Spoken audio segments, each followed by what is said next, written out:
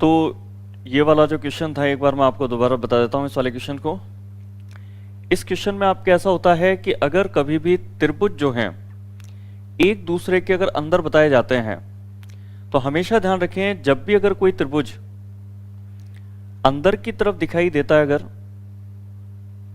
और वो ऐसा त्रिभुज है जिसके तीनों जो कोने हैं वो बाहर वाली त्रिभुज की जो भुजाएं हैं उनके मध्य को टच करते हो, ये भुजाएं हैं त्रिभुज की और इनकी मध्य को ये टच करते हैं अगर, तो फिर ये जो त्रिभुज है आपका, ये त्रिभुज जो अंदर वाला है ये गिना जाता है चार त्रिभुज के रूप में।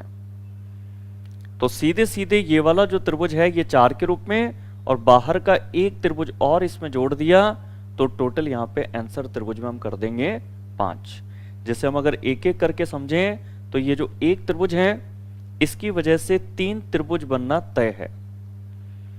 अंदर वाले इस त्रिभुज की वजह से अगर 3 त्रिभुज बनना तय है तो इस एक त्रिभुज से 3 और बने तो टोटल अंदर वाले त्रिभुज से कितने बन गए 4, और बाहर वाला त्रिभुज इसमें जोड़ दें तो आंसर त्रिभुज कितने हो जाएंगे 5।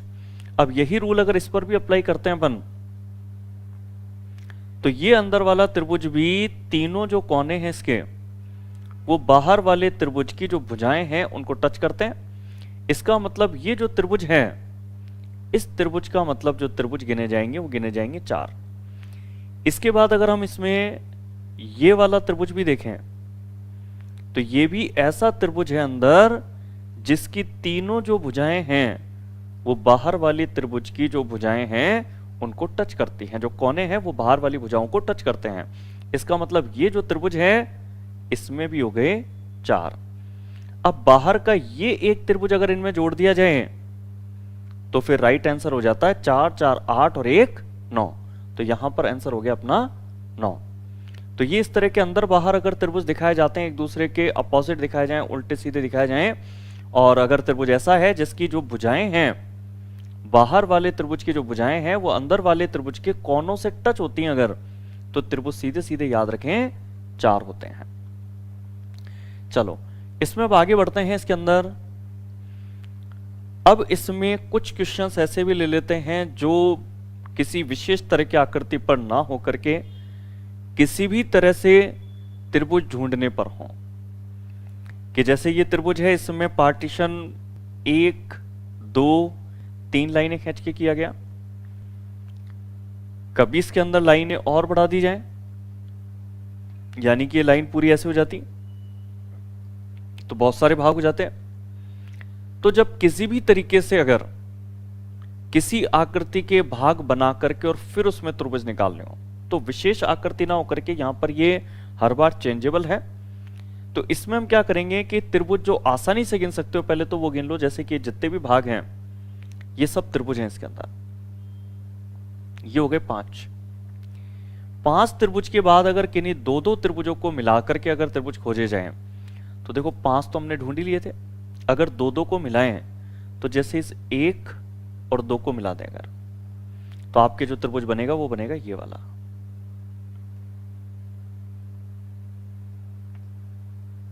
एक और 2 को मिला करके, इसके बाद अगर 2 और 3 को मिला दें तो भी आपके त्रिभुज बनेगा। अगर 3 और 4 को मिलाते हैं तो त्रिभुज नहीं बनेगा, क्योंकि इसमें 4 भुजा हो जाएगी इन दोनों को मिलाने पे। तो 3 और 4 पे नहीं मिला, तो अब देखो 4 को और 5 को मिलाने पे, 4 और 5 को मिलाने पे आपका त्रिभुज बनेगा इस तरह से। अब 5 वाले को अगर 1 से मिला दें तो भी त्रिभुज बनेगा। ये देखो 5 वाला टुकड़ा, इसको 1 से मिलाया तो ये भी त्रिभुज बनेगा। तो आपके जो त्रिभुज हैं इसके अंदर 2-2 जब भागों को मिलाया गया तो त्रिभुज बन रहे हैं 1 2 3 4 त्रिभुज बन रहे हैं। तो मैं यहां पर पूरी डिटेल लिखने की जगह यहां पर लिख देता हूं कि 4 बने ऐसे।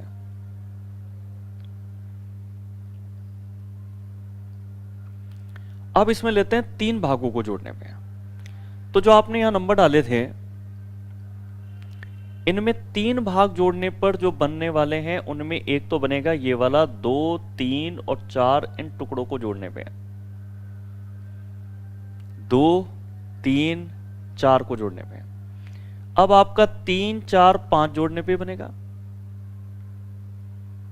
3 4 5 जोड़ने पे भी। मगर और किन्हीं 3 भागों को जोड़ के, जैसे आप सोचो 1 5 4, किन्हीं 3 टुकड़ों को अन्य को जोड़ करके त्रिभुज नहीं बनेगा। तो ऐसे बने 2, 5 4 9, 2 11, और अब आपके एक बनता है इन पांचों को जोड़ने पर, ये जिसके अंदर हमने ढूंढे थे ये वाला।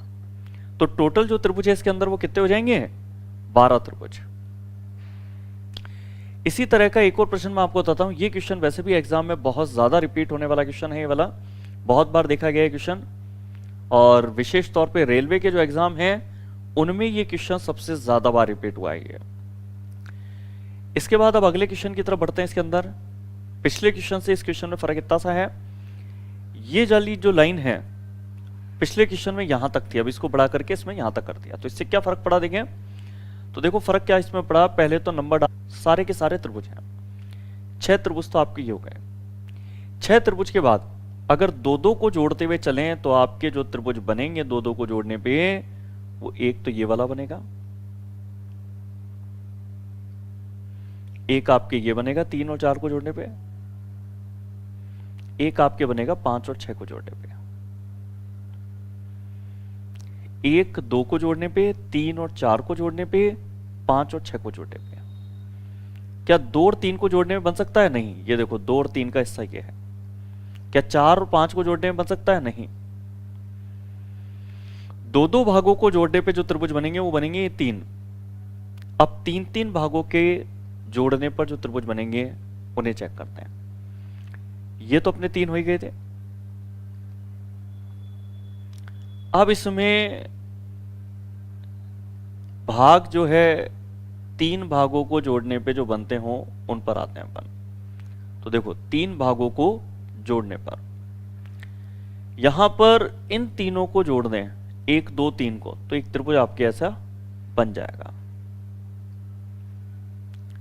1 2 3 जोड़ने पे अगर आप 2 3 4 जोड़ेंगे तो भी बनेगा। ये देखिए, ये 2 वाले बॉक्स से 4 वाले बॉक्स तक को जोड़ देंगे तो बनेगा बिल्कुल। उसके बाद 3 4 5 को लेंगे तो भी बनेगा। कैसे बनेगा 3 4 5 को लेकर के? ये देखो आप 3 4 5 को लेकर के भी बना। क्या इसके बाद में 4 5 6 से बनेगा? बिल्कुल बनेगा। 4 5 6 से भी बनेगा। ये 4 वाले बॉक्स को 5 और 6 के साथ मिला करके देख लो, ये भी बनेगा। 4 5 6। अब क्या 5 6 1 से बनेगा? बिल्कुल बनेगा। ये 5 वाला बॉक्स है, 5 6 1 के साथ ले लो तो भी बनेगा। क्या 5 की जगह 6 से स्टार्ट करने पर क्या 6 1 2 बनेगा? चेक कर लेते हैं, 6 1 2 भी बनेगा क्या?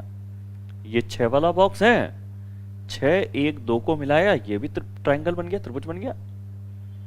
तो आप कहेंगे इस बार 3-3 खानों को जब मिलाया हमने, चाहे 1 2 3 को, 2 3 4 को, 3 4 5 को, सब में बन रहा है अपना। तो ये कितने बन रहे हैं इसके अंदर? 3 3 6 बन रहे हैं अपने। तो ये वाले जो त्रिभुज हैं इसके अंदर, जिसमें कि 3 खानों को मिलाया गया था, उससे बनने वाले त्रिभुज आपके पास हुए इसके अंदर 6। 4 को मिलाने पे तो कोई बनेगा नहीं इसके अंदर, क्योंकि हाईएस्ट जो हमने देखा त्रिभुज 1 2 3 को बनाने पर इतनी बड़ी साइज का ये त्रिभुज बन रहा था। अब ये है कि इन दोनों भागों को मिलाकर के, यानी कि एक बड़ा त्रिभुज जिसके अंदर हमने इन सबको ढूंढा है, ये एक त्रिभुज और जोड़ दें अपन। तो 6 6 12 3 15 और 1 16। 1 सेकंड, इसके अंदर 6 हमने शुरुआत में गिन लिए थे। यहां पे उत्तर मिसप्रिंट आ रहे हैं अपने। उत्तर इसके अंदर पिछला जो क्वेश्चन था उसी के पेस्ट हुए हैं, तो इस पर गौर ना करें। यहां पर आपके 6 6 दूनी 12, 12 3 15, 15 1 16, 16 त्रिभुज इसके अंदर हमें मिलेंगे इसमें। यहां पे जो आंसर प्रिंट है वो पिछले वाले क्वेश्चन के ही प्रिंट है। ये देखो आप, पिछले क्वेश्चन में 9 10 11 12 थे और वही आपके प्रिंट हैं अगले क्वेश्चन में भी। तो यहां पे उत्तर जो लिखे हुए हैं वो मिसप्रिंटिंग हुई है पिछले क्वेश्चन के पेस्ट होने की वजह से। बाकी इसके अंदर जो त्रिभुज हैं वो है 16 त्रिभुज। ठीक है, आगे बढ़ते हैं। इसके अंदर अपन ये क्वेश्चन भी आपने अगर कोई प्रीवियस पेपर वगैरह आप घर पे सॉल्व करते होंगे तो आपने देखा होगा कि ये जो क्वेश्चन है, ये क्वेश्चन भी एग्जाम में बहुत बार पूछा जाता है। और इस क्वेश्चन में जैसे आप लोगों में से किसी ने कर रखा होगा तो वो केवल डिजाइन देख करके ही उत्तर सीधे सीधे निकाल देगा, वो काउंट भी नहीं करेगा। आप में से कितने स्टूडेंट ऐसे हैं जिन्हें डिजाइन देख करके पता है कि इसमें कितने त्रिभुज हैं? एक बार मुझे कमेंट बॉक्स पे इसका आंसर बताइए। मेरे हिसाब से कईयों को शायद सीधे याद होगा कि अगर स्टार के रूप में अगर कोई आकृति दे करके हो तो चलो, कई जनों को याद है, राजेश प्रजापति को भी याद है, धर्म सिंह को भी याद है कि इसमें 10 होते हैं। देखो एग्जाम में ये एक ऐसा चैप्टर है जिसके अंदर सबसे ज्यादा क्वेश्चन रिपीट होते हैं कि एग्जाम में जो पहले पूछे हुए थे उन्हें दोबारा रिपीट कर देता है वो। तो यहां पर तो अगर किसी ने 40-50 क्वेश्चन निकाल लिए ना तो उसको बार बार उस 40-50 को ही पढ़ ले वो, तो वही क्वेश्चन बार बार रिपीट होते हैं। जैसे ये क्वेश्चन आपके दिल्ली पुलिस में आ चुका है, एसएससी के एग्जाम में आ चुके हैं, पुराने पेपर में रेलवे के एग्जाम में क्वेश्चन आ चुका है। चलो, सोनू ने भी इस क्वेश्चन को पहले कभी देखा हुआ है और वो भी 10 बता रहे हैं, ऋषिकेश भी 10 बता रहे हैं, गिरिराज भी 10 बता रहे हैं, बालकिशन भी 10 बता रहे हैं। हालांकि ये भी हो सकता है आप में से कई स्टूडेंट हैं जिन्होंने शायद अभी के अभी सॉल्व करके बताया हो। सुषमा है, ये भी 10 बता रही हैं, शिवराज हैं, बालकिशन है, ये सभी इसका जो आंसर है वो 10 बता रहे हैं। चलो, तो ये चीज होती है कि कई बार तो हमें एग्जाम में जब हम प्रश्न सॉल्व कर रहे होते हैं तो हमने किसी किताब में क्वेश्चन पढ़ा था, सेम डिक्टो क्वेश्चन आपको एग्जाम में मिल गया। जैसे अभी दिल्ली पुलिस के पेपर हुए, इसमें भी कई स्टूडेंट कह रहे थे कि सर आपकी जो बुकलेट थी उसमें से वो क्वेश्चन हमने देखा था और वो एग्जाम में कॉपी टू कॉपी हमें मिल गया है। चलो, तो इसके अंदर मैं गिना भी देता हूं आपको, 5 त्रिभुज तो सीधे सीधे ये हैं। इसमें 6 भाग थे, 6 में केवल इस वाले हिस्से को छोड़ दें तो बाकी जितने भी भाग हैं वो सब ट्रायंगल थे। यानी 5 ट्रायंगल तो आपको सीधे सीधे ये मिल जाते हैं। 5 ट्रायंगल ये मिलने के बाद में अब किन्हीं भागों को जोड़ करके बनने वाले ट्रायंगल पे आते हैं अपन। तो भागों को जोड़ के, जैसे कि आपके ये जो ट्रायंगल अपन ने गिने थे, इसमें ये 5, इनमें अगर हम इस 2 नंबर से स्टार्ट करें, अगर आगे चलते चलें 5 तक को छूने, तो एक ट्रायंगल हमें मिलेगा ये वाला। दूसरा ट्रायंगल तब मिलेगा जब हम 2 में 4 की तरफ बढ़ेंगे। तो आपके इसके अंदर यहां से चलने पर 2 ट्रायंगल मिले हैं। अगर 3 में भी ऐसा ही करें कि पहले तो इधर चले 5 की तरफ लास्ट तक, तो ये एक ट्रायंगल मिलेगा। अगर इसमें हम इधर की तरफ चलें लास्ट तक, तो भी एक बड़ा ट्रायंगल आपको ये मिलेगा। 2 ट्रायंगल यहां पे मिले। 4 से भी चल करके देखते हैं इनसे कौन सा ट्रायंगल हमें मिलता है। 4 से अगर हम इधर चलते हैं तो सेंटर में एक ट्रायंगल आपको मिलेगा ये वाला, और इधर अगर चलते हैं तो भी आपको ट्रायंगल मिलेगा, मगर वो डबल बार काउंटिंग कहलाएगा, क्योंकि ये वाला जो ट्रायंगल है ना 4 से 2 के बीच वाला, ये हम निकाल चुके हैं, क्योंकि 2 से 4 पे हम गए थे तब हमने इसको काउंट किया था। तो डबल बार काउंटिंग करने से बचें, आपको केवल सेंटर का ये एक त्रिभुज ही गिनना है। इसके बाद 5 से त्रिभुज दिखे भी अगर 3 पर आते हुए या 5 से 2 पे आते हुए तो मत काउंट कीजिएगा, क्योंकि 2 और 3 से स्टार्ट करके हमने काउंटिंग त्रिभुजों की कर ली थी। तो बड़े बड़े त्रिभुजों में 2, 2, 4 और 1, 5 ये और प्लस कर देंगे अगर पिछले गिने के 5 में, तो टोटल त्रिभुजों की संख्या कितनी हो जाएगी? 10। तो ये इसके अंदर आंसर हो गया बी वाला। चलो, इसके बाद अगले क्वेश्चन पे बढ़ते हैं। अगर इसके अंदर हम त्रिभुज गिने तो त्रिभुज बड़ी आसानी से जो मिल सकते हैं, जितने भी भाग हैं उन सबको आप नंबर दे दी, सारे के सारे जो भाग हैं वो त्रिभुज हैं। तो टोटल त्रिभुज आपके पास में 14 तो ये हो गए। 14 त्रिभुजों के बाद में अब अगर हम 2-2 त्रिभुजों को जोड़ दें, तो देखो 2-2 त्रिभुजों को अगर आप जोड़ते हो इसके अंदर, तो इन दोनों को आप जोड़ दो, इन दोनों को आप जोड़ दो, इन दोनों को भी जोड़ दो। यहां पर अब एक ध्यान रखना, आपने अब तक 3 तो गिन लिए हैं, मगर इसी के अंदर 2 और गिनना। आप कैसे गिनना, ये कई बार भूल जाते हो आप। इस लाइन से लेफ्ट साइड पर और राइट साइड पर, ये दोनों को मिलाने पे। तो ये आपके अब तक हो चुके हैं 5। 5 के बाद ये हो गया आपके 6, 6 के बाद में 7, 7 के बाद में ये आपके हो गया 8। बस अब इधर के अंदर 2-2 मिलाने पर नहीं है, इन तीनों में 8 आपके हो चुके हैं 2-2 को मिलाने पे। अब मैं आपको दिखाता हूं इसमें ये साइड सीधे सीधे इस साइज के कितने देख पा रहे हैं आप? तो एक मैंने आपको दिखाया, दूसरा आपको देख लेना चाहिए ये वाला, अगर आपको दिख रहा था तो बहुत अच्छी बात है। तीसरा ये वाला भी है और एक और बाकी है और वो है ये वाला। इससे बड़े कोई त्रिभुज नहीं है। लास्ट आप यहां से स्टार्ट करके यहां तक देख पा रहे हैं, इससे आगे कोई भी जगह ऐसी नहीं है जो त्रिभुज बनाते। तो ये आपके जो त्रिभुज हैं इसके अंदर वो है 14, 8, 22, 22 और 4, 26। ये आंसर होगा आपका। ठीक है, चलो तो इसके बाद में अब और आगे थोड़ी सी प्रैक्टिस को बढ़ाते हैं और इस वाले प्रश्न को लेते हैं हम। इस वाले प्रश्न के अंदर ये भी एक विशेष तरह की आकृति है, तो जो त्रिभुज है इसमें वो आप चाहें तो ट्रिक से भी कर सकते हैं और बेसिक से भी कर सकते हैं। हालांकि 20 से ऊपर आंसर जा रहा है तो बेटर तो वैसे ट्रिक ही होती है, फिर भी एक बार मैं आपको पहले बेसिक से करके बता देता हूं इसको। 1 2 3 4 5 6 7 10 11 12 13 14 15 16 त्रिभुज तो ये हैं। 16 के बाद जो त्रिभुज लेंगे अपन वो लेंगे 4 त्रिभुजों को मिलाने पर एक बड़ा त्रिभुज बन रहा है हमारा। और इस साइड के जो त्रिभुज आप लोगे 4 को मिला के वो आपको एक ये मिलेगा, तो इसके नीचे लाइन पे 2 मिलने वाले हैं, ये दोनों। इससे नीचे जाने पर आपको 3 मिलेंगे ऐसे, 1 2 3। इस लाइन पर 3 2 और 1 ये, तो 3 2 5 और 1 6 मिल गए।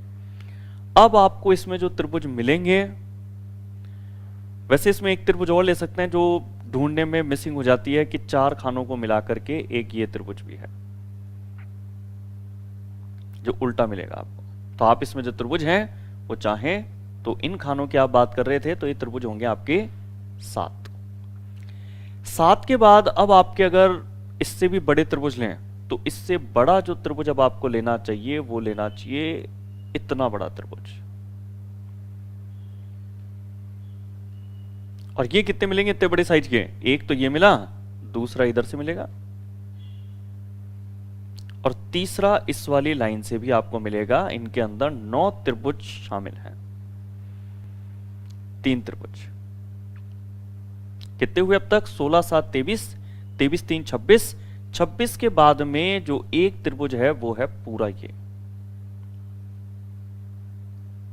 एक पूरा ये भी है।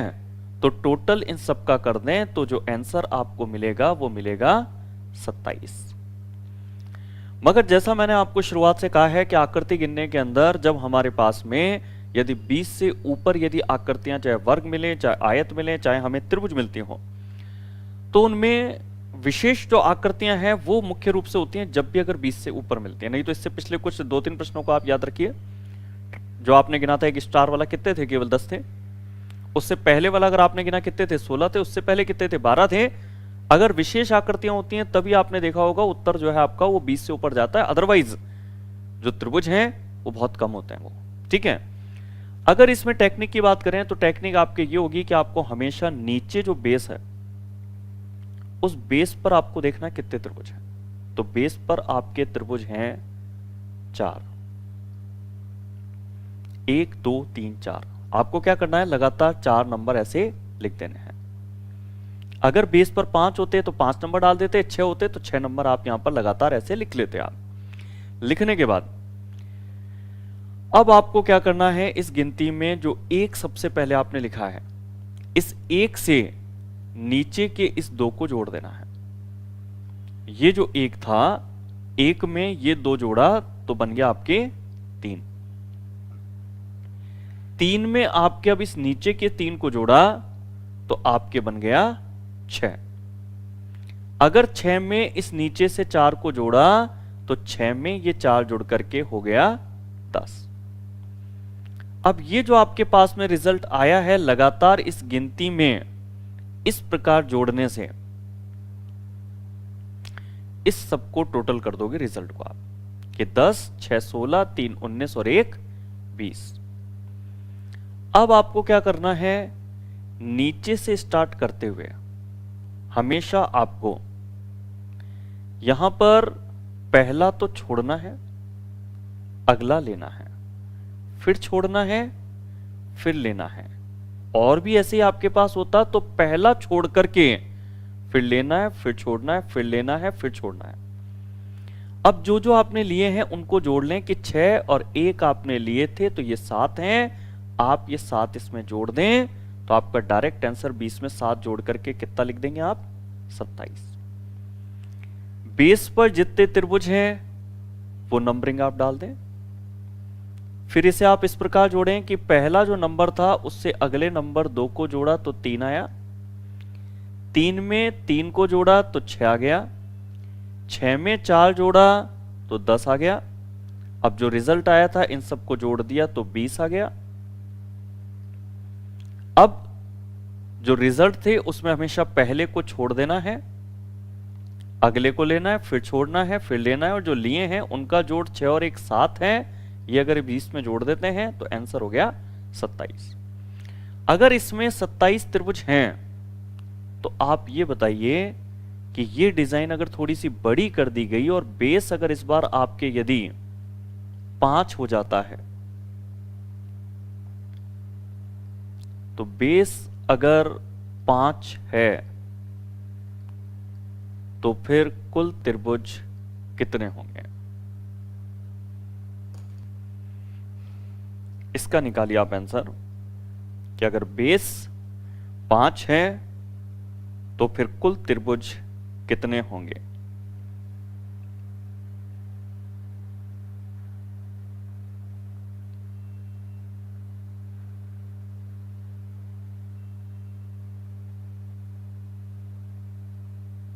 रामोतार धर्म सिंह बता रहे हैं कि इसमें होंगे 48, यानी इन्होंने पहले ही सॉल्व किया हुआ है, शायद ये हो।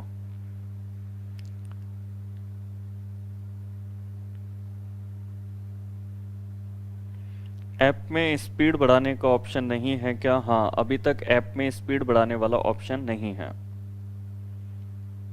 उस पर काम चल रहा है। हो सकता है आने वाले टाइम में जल्दी ही स्पीड बढ़ाने का ऑप्शन उसमें ऐप में देखने को मिले। राजेश प्रजापत भी 48 आंसर दे रहे हैं, शिवराज भी 48 दे रहे हैं, ऋषिकेश भी 48 दे रहे हैं, पूनम का भी 48 है, अभिषेक का भी 48 आंसर है, बालकिशन भी 48 आंसर दे रहे हैं।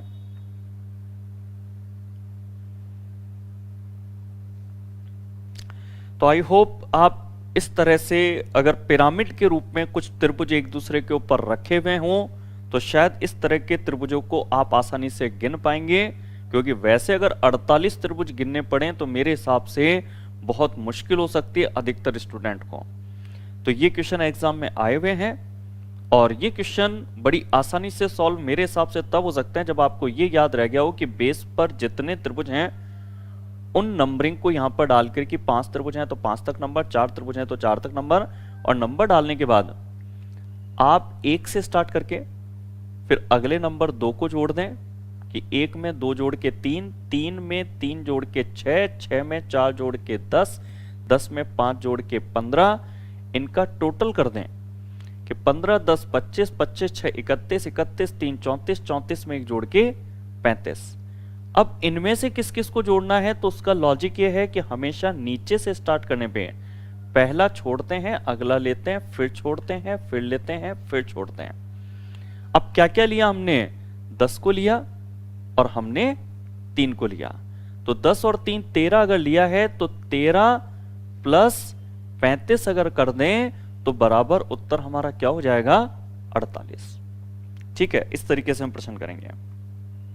चलो, त्रिभुज के बहुत तरह के प्रश्न मैंने आपको कराए हैं, 2 क्लासेस लगातार त्रिभुज की काउंटिंग वाले प्रश्नों पर ये पढ़ने करी है, और इसमें काफी त्रिभुज, काफी इस तरह की आकृतियों के त्रिभुजों को गिनना हमने सीखा जो किसी टेक्निकल बेस पर थे, कि वहां त्रिभुजों की जो संख्या है वो 40, 50, 60 कितनी भी जा सकती है। और वो ऐसे प्रश्न होते हैं जिसकी अगर टेक्निक आपको याद है, जैसे अभी यही वाला क्वेश्चन है, तो टेक्निक आपको पता है तो ये क्वेश्चन बड़े आसान है, जो दिया गया एग्जाम का समय है उससे भी जल्दी हम इसको सॉल्व करके बता सकते हैं। अदरवाइज ये क्वेश्चन आप टाइम कितना भी लें तो भी हो सकता है आप जितना सही आंसर है आप उसके 5-10 पीछे तक रह जाएं, इतना भी हो सकता है इसके अंदर बेसिक से सॉल्व करने पर। तो त्रिभुज के बहुत सारे प्रश्न किए। अब अगला जो पॉइंट है थोड़ा सा उस पर आज बात करेंगे अपन। पजल टेस्ट आपका अगला चैप्टर है, तो उस पर हम बात करेंगे आज। पजल टेस्ट जो आपके चैप्टर है, इस चैप्टर पजल टेस्ट में आपके कुछ महत्वपूर्ण बिंदु हैं जिनका पता होने पर आप पजल टेस्ट को हल कर सकते हैं। पजल टेस्ट चैप्टर आपके है क्या? पजल टेस्ट आपके होता है जैसे चैप्टर अरेंजमेंट में सिटिंग अरेंजमेंट होता है, रैंकिंग टेस्ट होता है, ये अरेंजमेंट से रिलेटेड चैप्टर हैं जहां पर व्यवस्थित किया जाता है किन्हीं व्यक्तियों के रैंक को तो रैंकिंग टेस्ट, बैठने के क्रम को तो व्यवस्थित क्रम, और यदि जानकारी को व्यवस्थित करना हो तो चैप्टर आपके होता है पजल टेस्ट, कि जब किन्हीं व्यक्तियों पर कुछ जानकारी दी गई है और उन जानकारियों को पढ़ने के बाद यदि बताए गए प्रश्न में व्यक्तियों पर नीचे कुछ प्रश्न हो जानकारियों से संबंधित, तो यदि प्रश्न में दी गई जो जानकारी थी, निर्देश थे, उन्हें अगर हमने एक व्यवस्थित किया है, क्रम में अरेंज किया है, तो फिर उस पर जो पूछे गए प्रश्न है वो बड़ी आसानी से हल हो जाते हैं।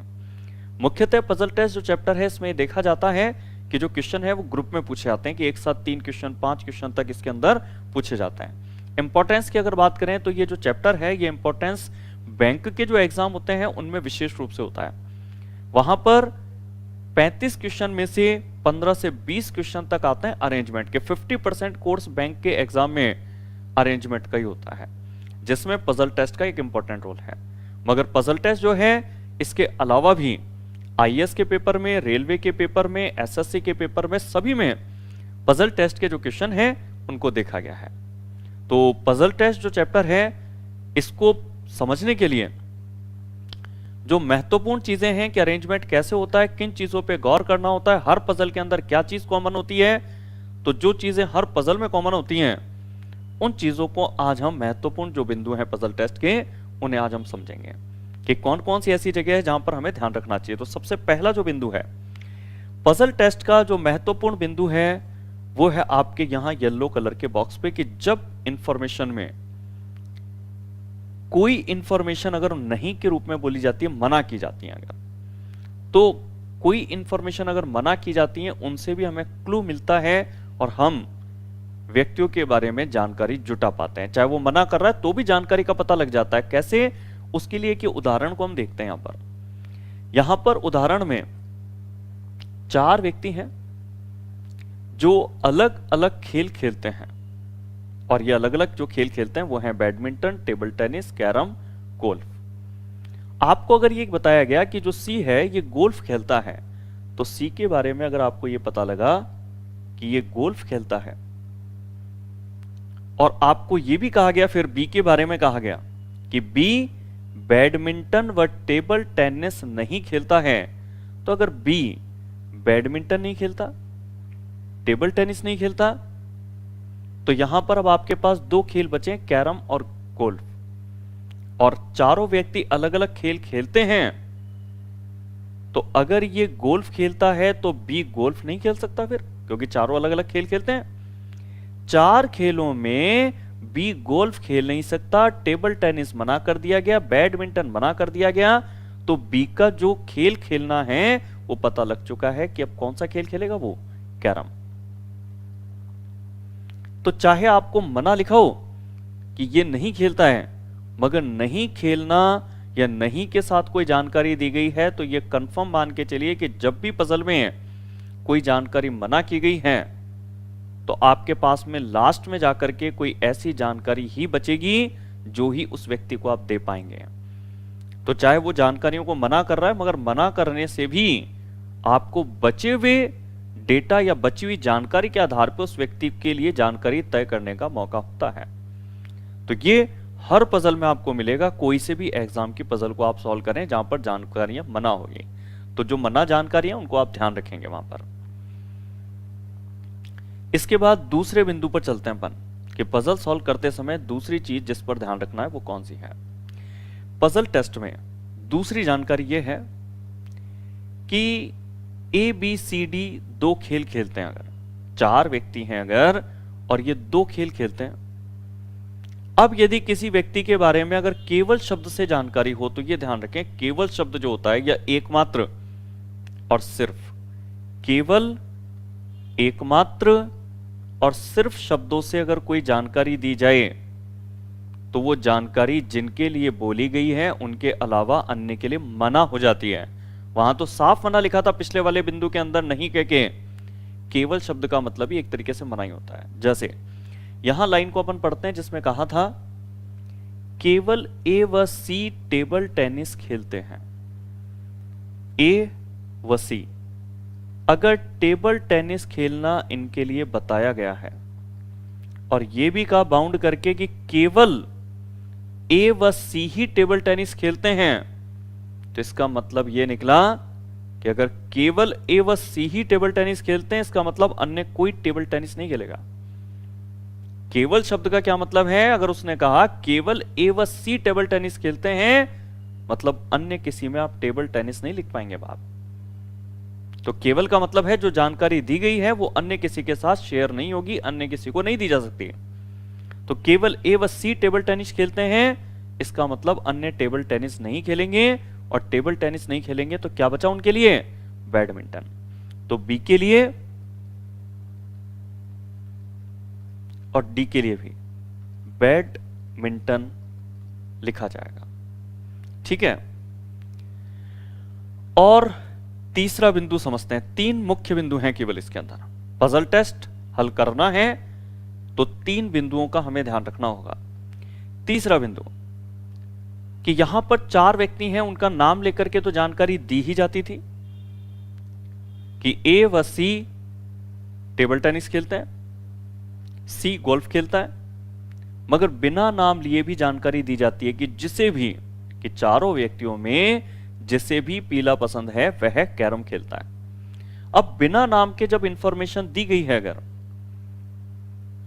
तो बिना नाम के जब भी इंफॉर्मेशन दी जाए तो यह हमेशा पजल के 75% हिस्से को पढ़ने के बाद ही इन लाइनों को पढ़ने का फायदा होता है। अगर प्रश्न की शुरुआत में पहली या दूसरी लाइन में बिना नाम लिए अगर इंफॉर्मेशन दी जाती है तो वो लाइन पेंडिंग छोड़ दें आप। जैसे देखो आप यहां पर इस चीज को सीखते हैं हम। यहां पर 4 व्यक्तियों के लिए 4 तरह के खेल हैं और 4 तरह के रंग इन चारों व्यक्तियों को अलग अलग पसंद है। कहता है सी गोल्फ खेलता है। अगर सी गोल्फ खेलता है तो सी के लिए हम इस तरीके से यहां पर गोल्फ खेलना लिख देते हैं। आगे कहता है इसके अंदर ए को लाल रंग पसंद है। इस लाइन को भी हमने पेंडिंग छोड़ दिया। ए को लाल रंग पसंद है तो ए के लिए हमने यहां पे कलर कर दिया लाल पसंद है इसे। ए को लाल रंग पसंद है और इसके बाद है डी बैडमिंटन खेलता है। डी बैडमिंटन खेलता है तो डी के लिए यहां पर यह खेल लिख दिया बैडमिंटन। अब देखो सी का खेल पता लग चुका, डी का खेल पता लग चुका।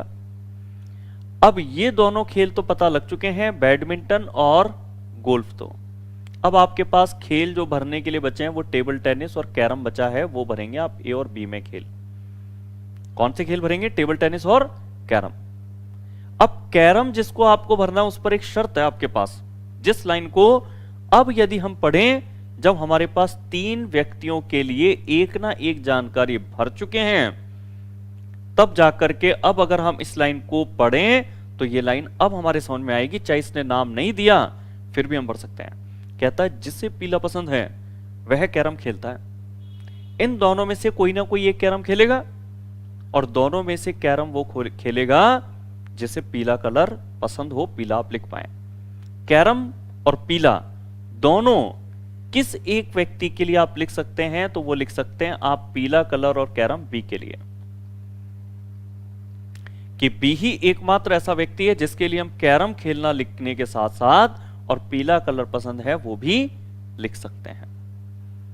तो पजल टेस्ट के अंदर क्या होता है कि हमारे पास कुछ लाइनें ऐसी होती हैं जो हर पजल के अंदर फिक्स चलती है। केवल शब्द के द्वारा, सिर्फ या एकमात्र शब्दों के द्वारा जानकारी देना। जब ये जानकारियां केवल सिर्फ या एकमात्र से दी जाती हैं तो वो अन्य किसी के लिए फिर नहीं भर सकते आप।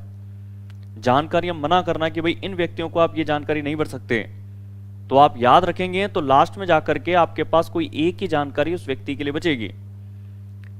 और जब जानकारी आपको दी जाए मगर नाम नहीं बताए कि चारों में से किस व्यक्ति के लिए है, तो बचे हुए जो व्यक्ति हैं उनके लिए अन्य लाइनों के द्वारा जो शर्त है उसको पहले भर लें आप, फिर यदि इस लाइन को आप पढ़ेंगे जिसमें नाम नहीं था तो आप इसको भर पाएंगे चारों में से सही व्यक्ति के लिए। तो पजल टेस्ट को अगर मैं ये कहूं कि एक लाइन के अंदर मुझे प्रेजेंट करना हो कि पजल टेस्ट कैसे सही तरीके से सॉल्व करते हैं, तो प्रश्न में जो दी गई जानकारी है, डेटा है, जैसे डेटा है badminton, table tennis, carrom, golf या फिर कलर हैं नीला, पीला, लाल और सफेद, ये जो जानकारी है इन पर आप हमेशा एक चीज ध्यान रखें, हमेशा जो जानकारी बोली गई कि सी गोल्फ खेलता है, लाल कलर ए के लिए है, अब आपके पास जो बच जाए ना, बचे हुए डेटा को शर्त अनुसार, ये शर्तें हैं, बचे हुए डेटा को शर्त अनुसार सही जगह व्यवस्थित करना पजल टेस्ट कहलाता है। इस एक लाइन पर ही हम पजल टेस्ट के जितने भी पजल हैं उनका अभ्यास करेंगे हम। तो ये जो चैप्टर है इसको हल करने के लिए जो महत्वपूर्ण बिंदु हैं वो हमने आज के क्लास में देखे हैं। इन महत्वपूर्ण बिंदुओं का ध्यान रख करके हम जो हमारी अगली क्लास है जिसमें हम पजल टेस्ट स्टार्ट करने वाले हैं, तो इन बिंदुओं का हम ध्यान रखेंगे और फिर जितने पजल हैं उनकी हम प्रैक्टिस करेंगे। तो आज की क्लास में हम इतना ही करते हैं, बाकी हम करेंगे कल की क्लास में।